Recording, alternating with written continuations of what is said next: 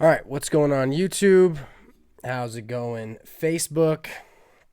And now we're getting Instagram on. What's going on, everybody? I'm Patrick from POWLAX, and welcome to the POWLAX podcast. This episode, we're going to be talking about some of the things that I could not get to last time that I enjoyed at the IMLCA convention. Definitely had a great time there. I really liked the live stream last week, had a lot of new information to go over. And so this week, there was a ton of things that I definitely missed, so we're definitely going to get into some of those. I also have a couple of announcements, like I always seemed to have, but I don't have a plan for how this live stream is going to go. It's definitely been a busy week, so bear with me. We're going to do a couple of announcements, then we'll get into some of the other things that I learned from the IMLCA convention. So first, I would like to tell you guys it's not Little Red Riding Hood. Who's the one with the bears? The three bears. The mama, the papa bear, and the mama bear. Well, either way. So Wendy is making these treats, these caramels for everyone for Christmas, for a nice, cheap, but efficient Christmas gift, because, just trying to save money through the holiday season. For the most part, our family, we do gifts on occasion, but my family's too big to have everyone buy things for each person. So kind of a cool little story here. I don't know how you make caramel. I've never known how you make caramel, but she found a recipe that she can make caramel with. And so basically it's kind of funny because the very first batch that she made was really hard and kind of chewy. The second batch she made was way too soft. And then the third batch she made was like just perfect. So I thought it was kind of a funny little, I think it's Little Red Riding Hood when she's eating the bear's porridge, because the first bed was too hard, the second bed was too soft, and the third bed was just perfect. And so she definitely did that with the caramels. And so I wanted to get that out so that I could send that to her once this is done. So next little bit of an announcement is some of the plans for what I'd like to put out next are changing. I did finally get out the near man defense PDF. I think it's pretty good. It's definitely not one of my favorite ones that I've put out. I really don't like the idea of going back to a video and creating a PDF that reflects the video. So there's definitely some new stuff in it, because some of the stuff that I built a while back isn't what I would actually teach now. So case in point is having players at the midline. Now that there's an over and back rule, there's no reason to keep attackmen at the midline to lift. The only reason you'd have them up there is possibly if the defense deflected a pass that was coming up. And so it would actually create an environment where you don't want the defenseman to be able to push the ball over. So if a defenseman is standing there waiting to push the ball, having an attackman to lift makes sense. But it doesn't make sense to keep the attackmen up at the midline and have them drop, like is shown in the fast break, trailer break, and slow break videos. But so going back, I definitely would change some things, but so I did finally get the near man defense video out, but that was kind of just another point. So one of the things that I've been thinking about how to do a 8U, 10U, 12U, and 14U video on kind of what to think through. And I think those are going to become much smaller videos, where instead of outlining all of the drills and things to do for each age group, I'm more so going to try and infer the perspective you should have rather than outlining everything. So I have a pretty massive, I think 72-page playbook that I built last year for the Parker Hawks that I may end up reformatting for just kind of a playbook that has a bunch of stuff in it that I can repurpose and give base ideas for how to use the playbook for each age group, because it's not necessarily that you're going to do massively different things.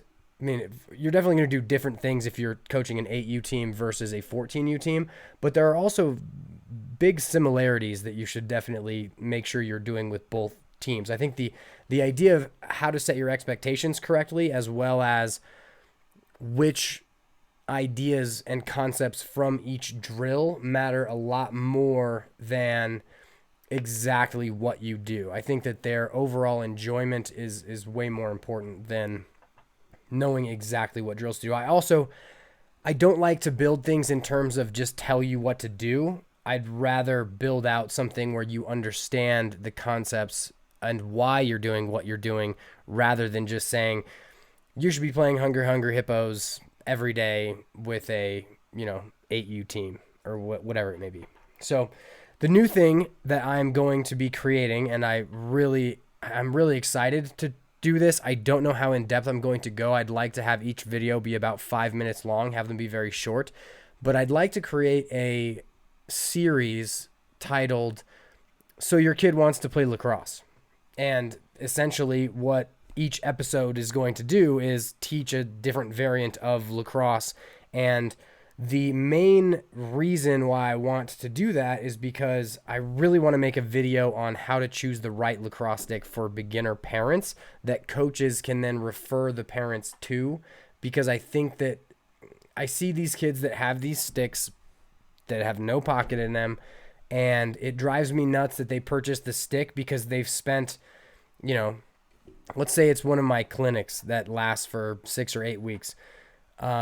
The clinic is like $125. The stick that they bought was $30.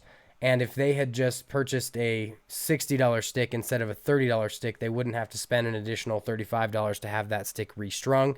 And there's just not enough information out there that really just defines exactly what you're looking for in a beginner stick. And so I've reached out to some manufacturers. I've had a couple send me introductory sticks, and so I'm hoping to get a few more before I can begin. I know some manufacturers are not going to send me their sticks because they know that they are the problem, and I've spoken with them about this, and they keep giving me excuses. So until they fix the idea of, until they fix the sticks as they are on Dick's Sporting Goods shelves or wherever else shelves, I don't really care that they might get pissed off, because they know that it's a problem and they know that that's something that they need to fix.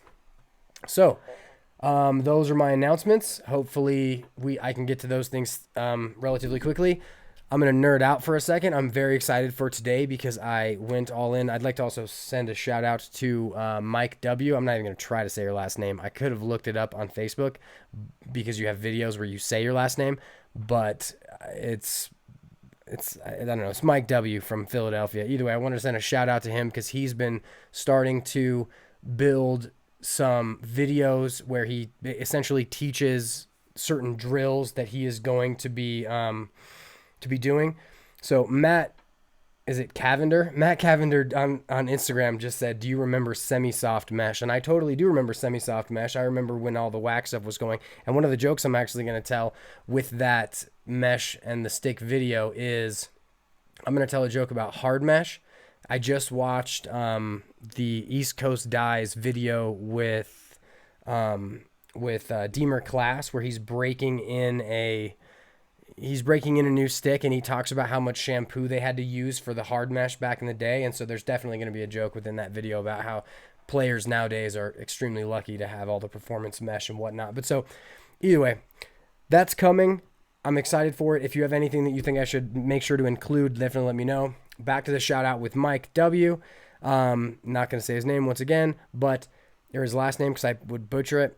But so he is building these new videos where he shows drills that he does within this facility that he essentially runs in Philadelphia. And as he asked me a few questions about how to edit videos and kind of how to shoot and yada yada, and so we've been going back and forth about it.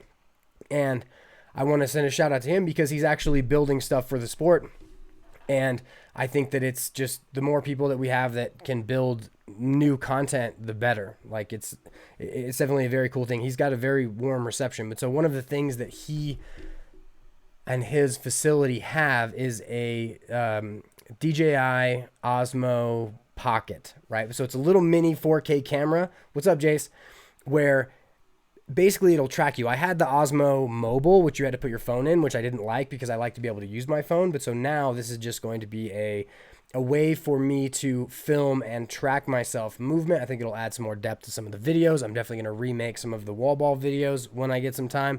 And then one of the real reasons why I wanted to get this camera was because at the IMLCA convention, whenever I was speaking with someone who I would essentially interrogate about which videos that they'd watched, because they're like, "Oh, you're the guy from the videos." I'm like, "Hey, which videos did you like?" And so I can get a little bit more of a understanding of what I should work on, kind of what they enjoyed, kind of just to get that. But so they're always very animated.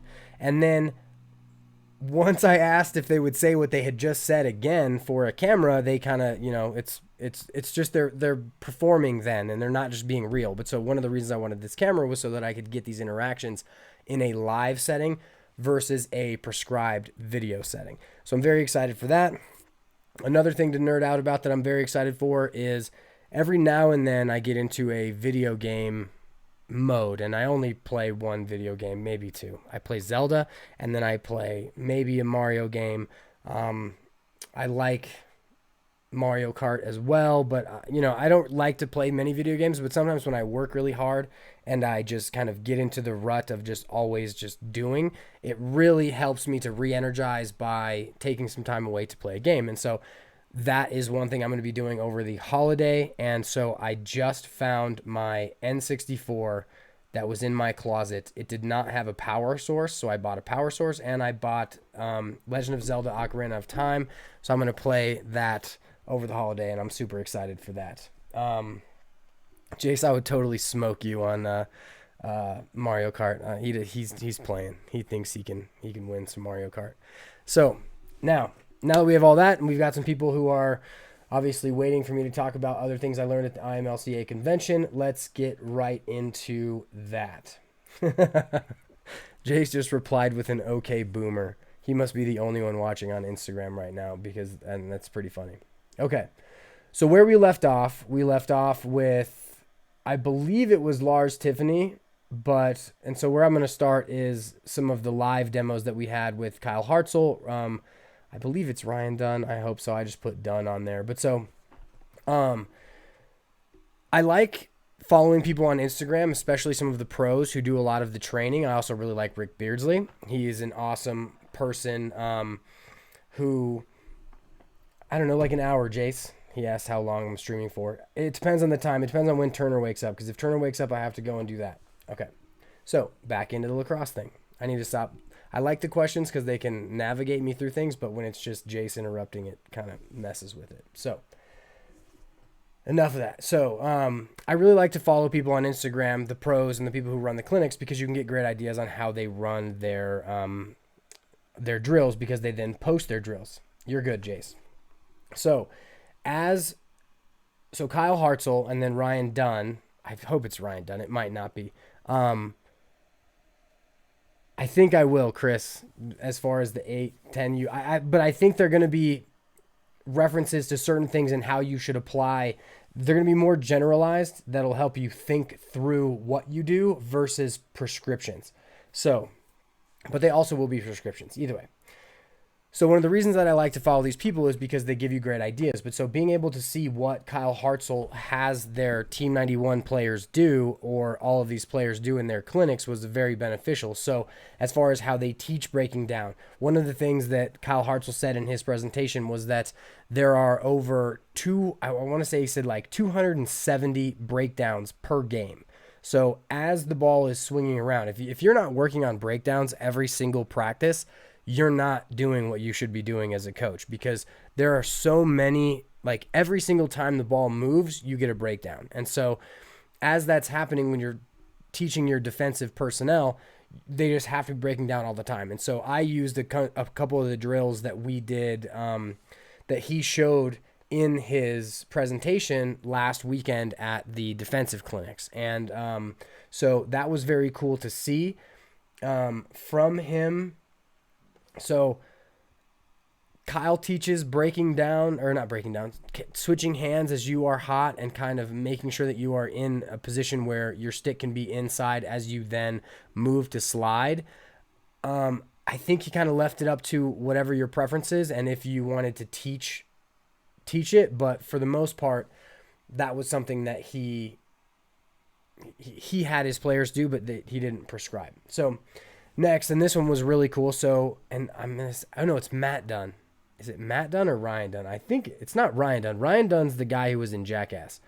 So Matt Dunn, he had a couple of very awesome pieces of verbiage for defensive personnel as they were essentially being dodged on at X. So the first one was run up the rails. So when a defensive player loses a step behind the goal, we always tell him to take a great angle to make sure that he meets the offensive player at a spot above GLE where he can then turn the offensive player back.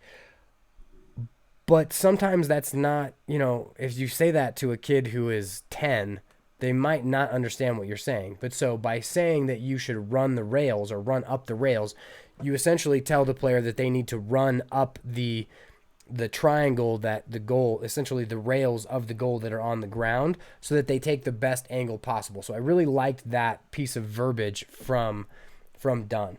So the next thing was to flip hips to the corner as you are trying to close the gate. And so close the gate I kind of like, but the thing that that I thought was very cool about it was that he actually teaches how to close the gate in the same way that offensive coaches and Mark Millen teaches how to shoot on the run.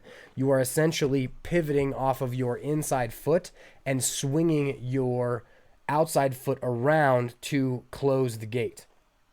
And so I just really liked the way that he taught it. And so one of the drills that he had, which I thought was excellent, and I used this last weekend, was he put, I don't know how I'm going to design this. Maybe I can draw it. But so essentially, if you create a trapezoid with 4 cones and you are running on the top side of that trapezoid, so you've got a cone here, here, here, and here. And so essentially the defensive player is going to run up, over, down, up, over, down. And as he hits the corners where he's going to go down to one of the lower corners, he's going to flip his hips, shuffle, and then shuffle back. And what he's essentially building is muscle memory on how to flip your hips and really how to make sure that you get around that player. So I really liked that. And so I said that we can add that to the dolphin drill, which is essentially you're coming up and over GLE on one side, then coming back through and getting up and over GLE on the other side.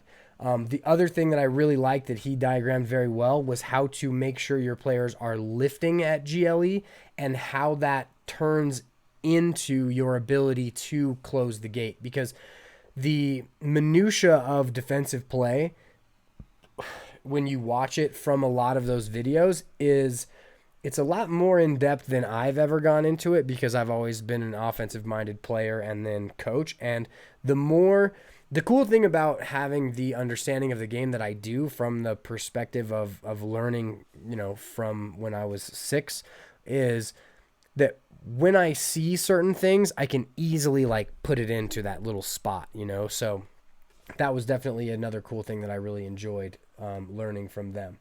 So next, as that was going on, and I believe it was with Matt's presentation, I asked about the wrap check that all the short stick defensive midfielders were throwing, where essentially they'd be almost beat and they would throw their bottom hand to their front side hip and they would kind of curl their top hand to their opposite outside shoulder for the Dodgers. And I saw them using it and sometimes it dislodged the ball, but asking the question helped to refine it. And so actually Jason Lamb was talking about this.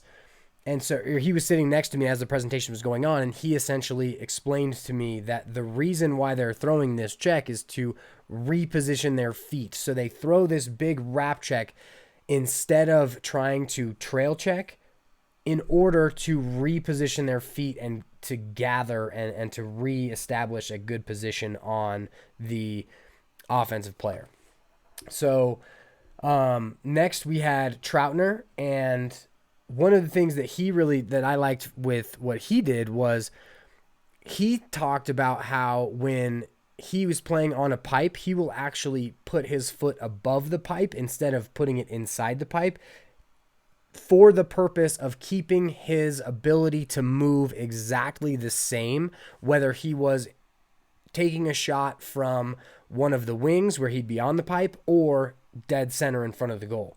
And so I definitely think that that's something that would really help a lot of goalies, because I feel a lot of goalies feel that they have to be inside that pipe, whereas then they can't step and do things in the same manner that they would be if it was somewhere else.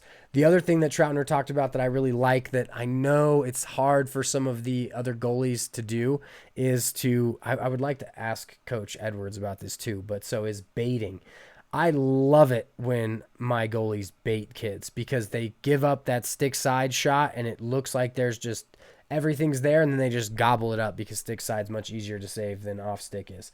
But so the other thing for Troutner, and this is something that a lot of high school and youth goalies would never have the opportunity to do, but is just, it's all about tendencies. Like, he's going to know how the ball is releasing from a stick from a player that he's played twice, in the PLL. He's going to do all that research where he understands where people really like to shoot from. So let's see. Next, we had Ryan Drenner. I think it's Ryan Drenner. I need to put both names on here. But so Drenner, I think he played for the Whip Snakes. I'm not sure. No, Whip Snakes or the Redwoods, one of the two. But either way, he taught me, and this was really cool. So Drenner is an attackman in the PLL, and what he went over, and the question that I asked was, there's this position when you're dodging from X where as you are coming up to GLE, I like to have players make sure that their bottom hand is across their body and almost on their stomach, so that if a defenseman slap checks it, it hits their body and it doesn't move. The ball doesn't jar because the stick and the hand don't move too much. But in order to do that, your stick kind of has to be out. And so what some of these defensemen will do is they'll almost throw that slap check, and then they'll go over the head because the stick is kind of out here. But so one of the things that he went over was the idea of just sliding your bottom hand up. So if you slide your bottom hand up, you can keep your stick by your shoulder, and the bottom of your stick does protrude a bit, but it allows you to keep the stick up and down on the side of your body rather than having either the top out or the bottom kind of in front of your body. But so I really liked that. And the other thing that's really cool about that positioning is that it does put your stick in a position where as you are pushing and trying to get up to 5-5, it puts your bottom hand in the position where it will end up being the top hand for a question mark. So let's use the mini stick. So let's say I am trying to turn the corner. I want to have my bottom hand across my body, and my stick can kind of be out. But so what defensemen will do is they'll come down like they're going to check, and then they'll go over the head. And so in order to prevent that, all you have to do is you have to just move your bottom hand up, and now you can keep it tucked, and your bottom hand, we'll try and see if that'll work. Your bottom hand will kind of just be across, but it'll be up a bit. But so now when you're at 5-5, in order to turn and question mark, your hand is already in the right spot. So I really liked that. The thing I think I like best about hearing from pros is that that they do, well, some pros, I'll say that. Everyone has the kind of adage where just because you're a pro player doesn't mean you're a pro coach. But when pro players can really dissect what they do and what they've been taught, that is awesome. And so I just got something from Christopher Stevenson, and he said that Drenner is on the Whip Snakes. So that's good to know. I thought he was, because I thought that he was one of the ones who won. So now let's see. Okay. So let me see if I can find this. Found it. Good. So I gotta comment on the other video about the Jack Sandler Leadership Foundation, that the best speech of the week, or of the entire convention, was Max, a player who had benefited from the Jack Sandler Leadership Foundation. And I thought that was a very great point. And I might upset some people with this, but okay. So his speech was awful. He's not a good presenter, but he's a high school kid. And the bravery he had to get up in front of 100 people who, okay, so let me just explain the whole thing. Okay. So before the IMLCA convention, I got some emails about the Jack Sandler Leadership Foundation dinner. And so Jack Sandler was a coach who had passed tragically, and his parents and I believe his wife had set up a foundation in order to allow for underprivileged kids to play the game and to go to camps and to do things. Unbelievable organization. Really reminds me of City Lax in Denver, but they don't have the funding that Denver City Lax has. And so I decided to donate and to go to the dinner. It was a great decision that I made. It was late at night. I want to say it started at 8 and it went to 11 on, I believe it was Saturday night, but unbelievable organization. And the highlight of the entire dinner was that Max, a player who had benefited from the organization, actually got up and talked. And so, and I don't mean to insult Max, I actually mean to commend Max as I say this, but I remember when I had to give a speech for a player, Ben, who had won an award from the school, right? So I get up and it's my first time talking and I have this whole speech prepared and whatnot. And I ended up looking down and just talking and just looking down the whole time and just reading the paper and making sure that I talked like this. And there was nothing else that came from it. And it was just awful. That's what his speech was like. Now, for a high school kid to get up in front of 100 people and give a talk about how it benefited him, that was the most meaningful. That was why it was the most meaningful talk of the day. And so it's funny because as he came back to his table, our tables were right next to each other. And I gave him a fist bump and I was like, that was great. But it was funny because as he finished talking, he received a standing ovation. But he was so in his own head that he just walked off the stage and walked back to his seat kind of without even actually like noticing. And so this I think really applies to something that we as coaches and parents have to do a lot more, is to ensure that we are commending these young people on their hard work towards things and not necessarily how good or how bad something was. So, you know, if I put it in the context of a lacrosse game, a lot of times players will play in a lacrosse game and they will lose, but they really fought really hard. And so, you know, I think when they get into the car and you say, you know, you guys might have lost, but I love watching you play and you always just work so hard, you know, like, and just basically the fact that the loss doesn't matter, but the fact that they worked hard is commendable. That's what has to be established. And so even though his talk was definitely not the best talk, like he's not a presenter yet, his bravery to go up on stage, that was. And so, Max, I hope you see this. I hope you realize that I think that bravery and that ability to go do that is exceptional. And so, you know, that's just kind of my thoughts on it. And so I think that has to be, you know, you don't have to be the best at something, or what you do doesn't have to be the best in order to feel good about the fact that you went and did it. And I guarantee the next time he has to talk, he's going to be a little bit more relaxed. But, you know, that's just my take on it. Okay. So next at this dinner, I got the chance to talk to Patrick McEwen, and he runs, I believe it's Lax Film Room. And so he has the YouTube channel Lax Film Room. I've watched a bunch of his stuff.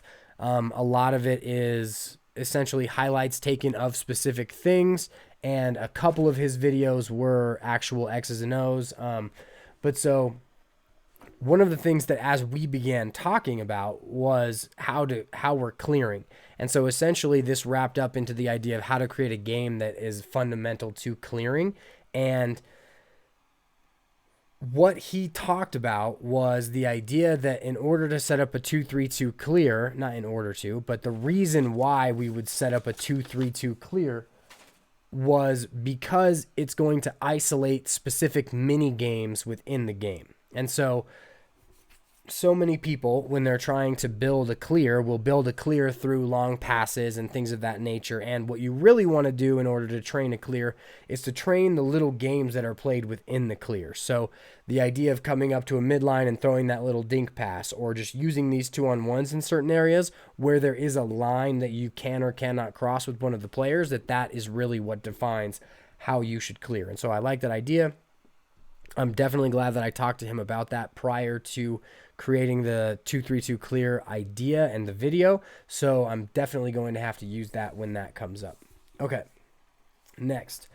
Next coach is Ethan Lahota. And Ethan Lahota is a coach from the Northside Hustle in essentially not North Denver, but in Fort Collins and essentially the north of Denver.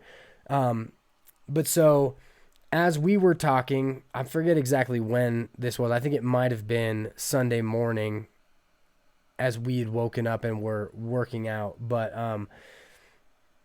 so I had a post on, I believe it was TikTok and then also on Instagram where because he beat me into the weight room in the morning, I kind of gave him my morning motivation talk that I had given each one of the days where basically as we had our workout room, there was also this nice landing that was outside in the cold that you kind of could oversee Baltimore.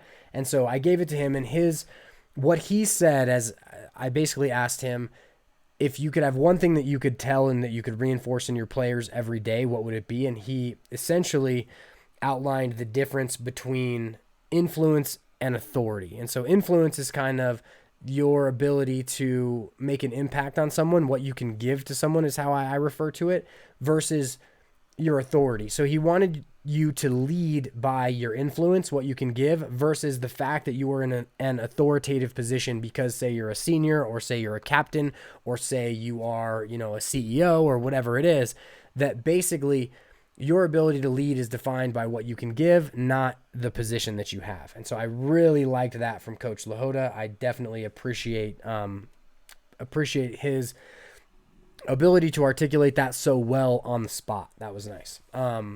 All right, next coach is Justin Turry, and Justin Turry is a coach from the University of Michigan. He played at Duke.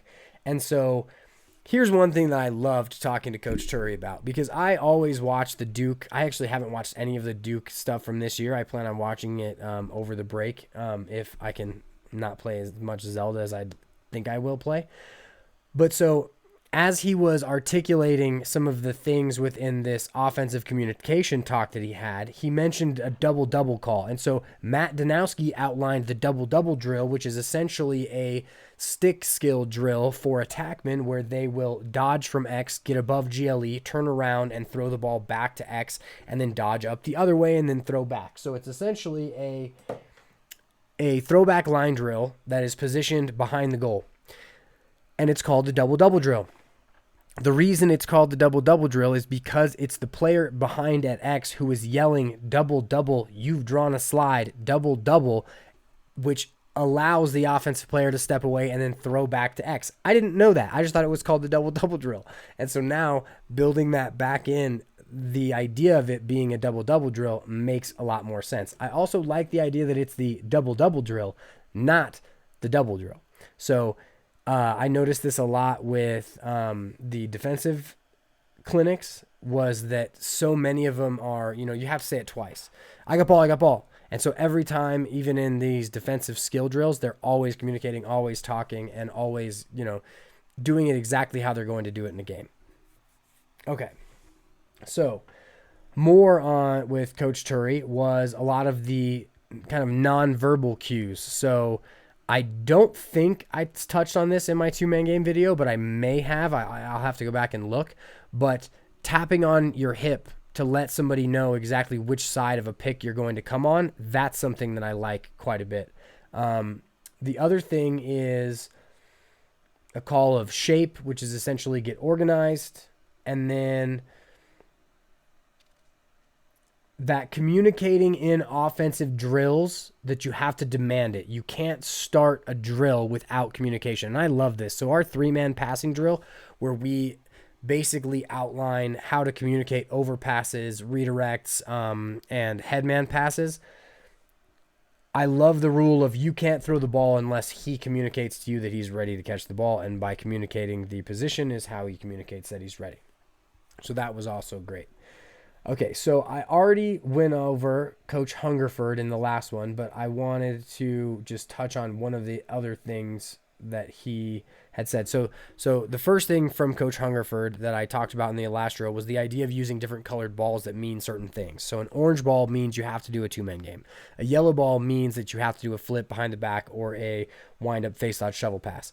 And that as you put in rules for the balls, you will allow and communicate what you like the team to do in that set, and that will force the offense to communicate it, because they'll have to know whether or not that item had been done in order to score a point for their team. So I really like that as well. Let's see.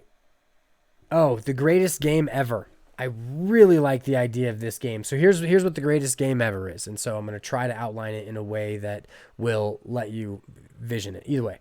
So 2 goalies are in cage. So essentially 2 goalies are in cage, 1 for each team. 3 players from each team are going to circle the goal in opposite directions. As the whistle blows, both teams are going to run a clear to either side of the field. So the objective is to get outside of the restraining box, have the ball be thrown to a defenseman, then have it be headmanned up to the next player, and then headmanned up to the next player. Whichever team gets through that first and gets through a gate that's at the midline first, they become the offensive team. And the other team has to become the defensive team. And so once a team gets through that gate, the other team who's as far away from them as possible on the opposite side of the field has to get in to play defense. And so it just creates this, first it's a clearing drill, then it's a transition offensive drill where you're teaching players how to get back into defense and to play against players who are kind of streaking in towards the goal. So I really liked that game. Okay, next. And so we tried a bunch of these drills with the Grandview team in the box, and the players liked them. The first one that I tried to run on Wednesday night of last week, it was tough to get into because there's a little bit of a learning curve, and we had to run it in the box versus how it was displayed to me on the field. But they seemed to like them. They were pretty cool, and once the players understood where it would fit into the actual game, it really helped them to broaden how they played. So this was also the final morning, so there's only one more set of coaches to go over, and that is this really cool presentation. The last one was a 2-man game presentation run by Bobby Benson from Hopkins and Kevin Warren from Georgetown. And so the cool thing about this presentation was that Bobby Benson would go over the offensive concepts, and then Coach Warren would go over the defensive concepts. And so some of the best picking that I saw all year in 2019 was from Georgetown. I think they had a few highlights in the 2-man game video. Most notably was an up pick that was almost perfect. The player who picked turned the wrong direction, but he picked so well that it didn't really matter. So let's see.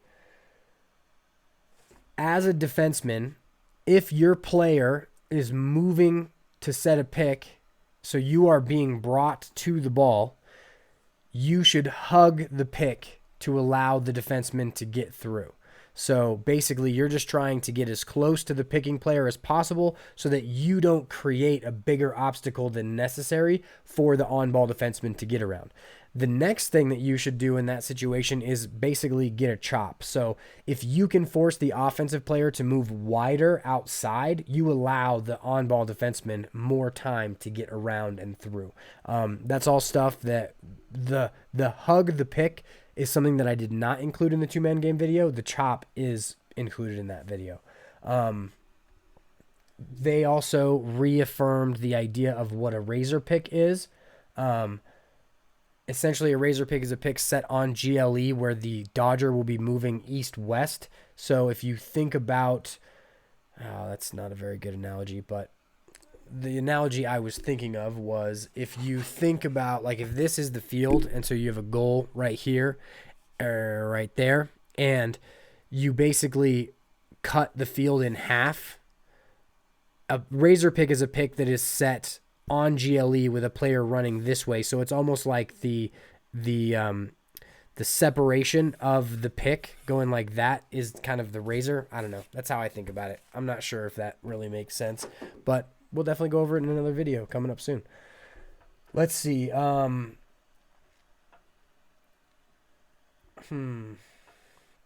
Next. So one of the videos that I plan on making, we'll kind of see. I might actually just have we might actually just run this offense, so I might not talk about it too early, but so it doesn't really matter. Basically, what I plan to run and an aspect of this is going to be the up pick to down pick, 3-man motion on both sides of the field. There's a box video on it, but that 3-man motion is something that I feel could be used very, very well on the field. And I think that there are some teams that actually run that, but so the up pick to down pick box offense video is an aspect that we may put in this year on multiple teams that I try to coach, because I think it puts you in a situation where defensively you are switching and trying to get through 2 picks in succession very quickly, that it's definitely not the easiest thing to get through. It also creates overlap situations and a lot of read and react scenarios that once a team understands how to not throw dumb passes, they'll be able to do it very well. Okay. Let's see. The next thing, and this is from Rich Kimball from Michigan, and I believe he used to coach at Michigan State. But so I was talking to a bunch of, I think it was Adam, Chuck, and Rich from Michigan as I was waiting for my flight. We actually ended up going into town to a place that was actually by the convention, the U.S. Lacrosse Convention, when it snowed. But so it was kind of funny going right there. But so we went to a bar, had some wings, started talking. And so one of the things that Rich said was that, kids don't know how to play anymore. They want things to be structured. So they know how to play video games because video games define an entire reality. Like, it's the same difference between reading and watching the movie. When you're reading something, if you haven't already seen the movie of whatever you're reading, the objective, like, you allow your imagination to put in whatever that thing is. So I remember thinking through, like, Harry Potter is the one that I think of now because we were reading it last night. And I think that within Harry Potter, you got to have this visualization of, what Hermione and Harry and Ron, what they all looked like, what the goblins looked like. But then once you have the movie, you actually have a specific interpretation of exactly what that is. And so in the same way that kids don't know how to play, and his example was baseball's imaginary runners, it's totally true. Like, kids nowadays seem to need to have a structure in order to play rather than being able to invent all of their own rules and kind of use their imagination. And so I thought that was a very cool analogy, and just the idea of baseball's imaginary runners was something that's so just like entirely sandlot kickball style in the cul-de-sac back in the day that I think getting back to that is something that's definitely huge. And so for those of you who do not know what an imaginary runner is, an imaginary runner is something that you would have if you didn't have enough players to be on base for kickball or baseball. So when one team was up and they were hitting, essentially if you hit a, line drive that landed in the outfield, but you didn't have another person to kick next because 2 of your players were on base and you only had 2 players on the team, one of the players would leave the base and you would have an imaginary runner. And so then that player would then come up and they would kick, but you'd have 2 people on base, but one of them would be imaginary. So I thought that was a pretty good, it was just pretty interesting to hear him say that because I think it is very true. Let's see. The next thing is, I really liked this, and so this will definitely go into that 8U, 10U, 12U videos, is the idea of putting a goal in your front yard. So as I was talking to Sean Maloney, the Western representative for U.S. Lacrosse, he was talking about how one thing that people don't seem to really embrace is the idea that U.S. Lacrosse gives people the magazine. And so he put me back into the perspective of when I was younger, which I really liked. He said, the cool thing about the magazine is that you are putting lacrosse in front of a kid every single month. Like, they're getting a magazine that will put lacrosse front and center for them every month. And I really like that idea. The thing is about, if the kid is 13 and has a phone, lacrosse can be in front of him on his phone all the time anyway. But for someone younger than that to get that US Lacrosse magazine or Inside Lacrosse for that, the prescription or the subscription, it does keep it front and center and relevant, which helps build the sport. So in that same vein, Rich talked about putting the goal in your front yard, not your backyard, essentially to show people around, that lacrosse is there, that it is something you can do, and that will help to facilitate the growth of the sport. The next thing is, one second. My brother is calling. Just totally ruined the Instagram live stream. I'll have to make fun of him later. Oh no, we're still live. No way. Apparently we're still live, even though my brother did call.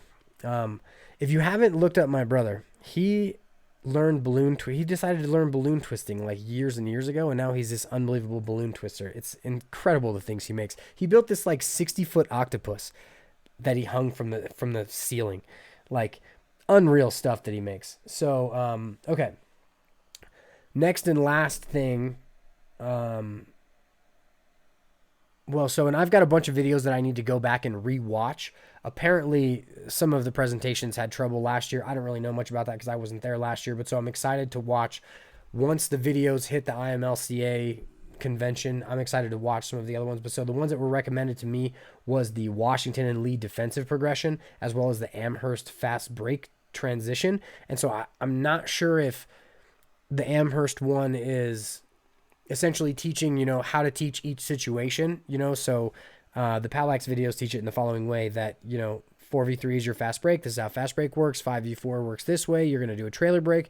6v5 or 6v6 equals a slow break, and you can go through it and you can do the same things each time because each scenario is different regardless of whether you're running the same patterns.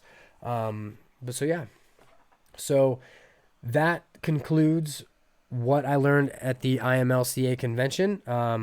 Just to kind of wrap things up again, we'll kind of go over the announcements again. So Chris Stevenson, I don't know if it's Chris or Christopher, but so he said, please definitely do those 8U, 10U, and 12U videos. And so I think I'll have to do those videos. I just don't know.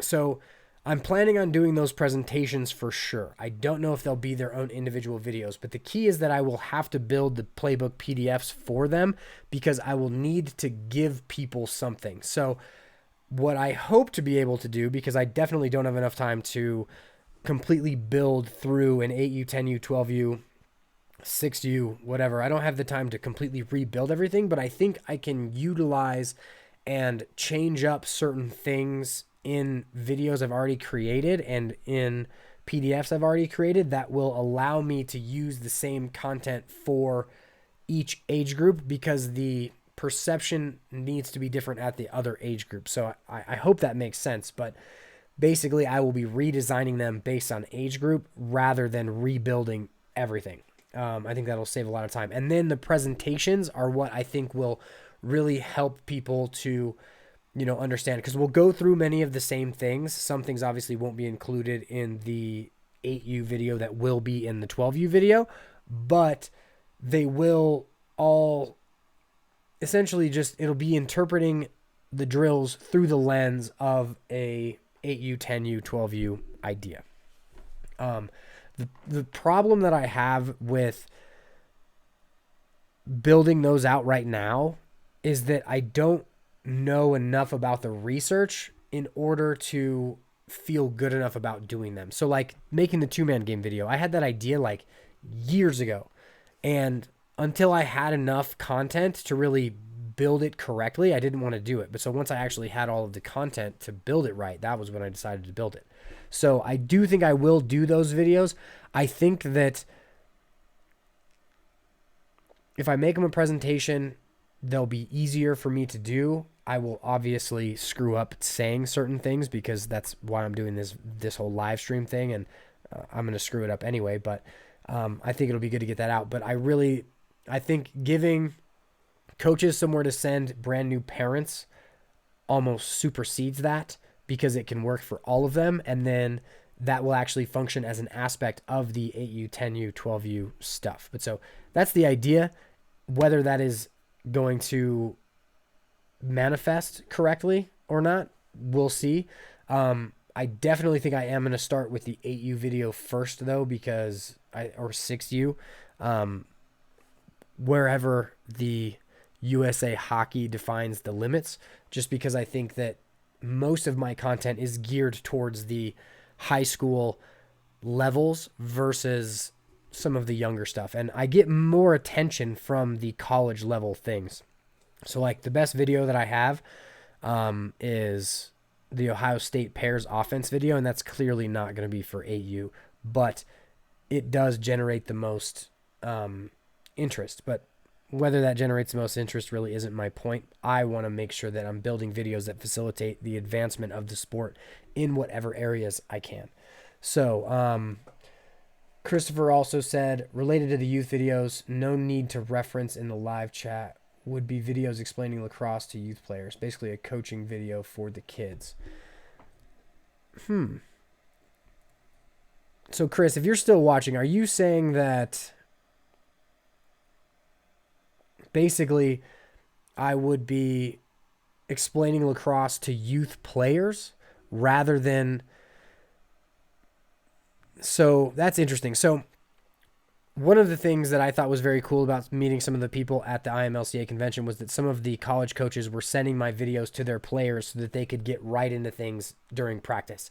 And I liked that because obviously it means more views for me, but the other thing is that their perception of how I teach the offense is good enough for them to then modify it however they feel that they would need to modify it. And it helps collegiate coaches get farther with their players if, when they're not with their players, they can use the POWLAX videos as a reference. So I like that. But so, Chris, if you are saying that I should essentially build videos for kids that explain it, that makes sense. That is also kind of tough because, well, I mean, I guess it's the same thing.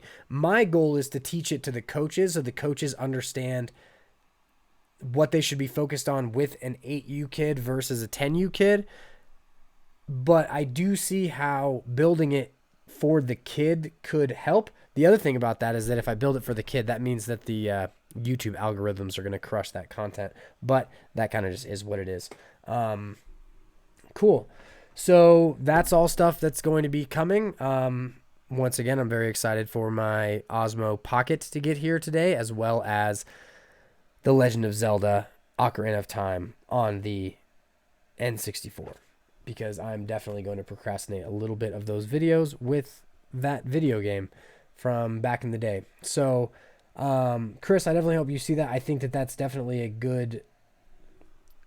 It's definitely helping me think through some of the idea before I actually create the video. So I'm definitely excited to do that. Shane Terrace says, I make all players watch your videos so my practices run better. So has it actually helped is my question. Does having them watch the videos help in practice? Do they get the understanding of it? And how old are your players? Because, you know, what's funny is that so many people are like, it's just great to have another voice to say this, to echo the same things that I'm saying in practice. And for me, I'm like, well, that's great. Well, who can I send my guys to for an extra voice, you know? But so Shane will get back to me when he can. I'm going to wrap that up now. I think, 53 minutes and 40 seconds will be good. And so, I will not be doing the live stream next week. I might. We'll see. It's on Christmas Day, so I doubt it. But then, so we got Christmas Day and then we've got New Year's Day. So this will be the last live stream of the year for the most part. And we will have another live stream on New Year's Day.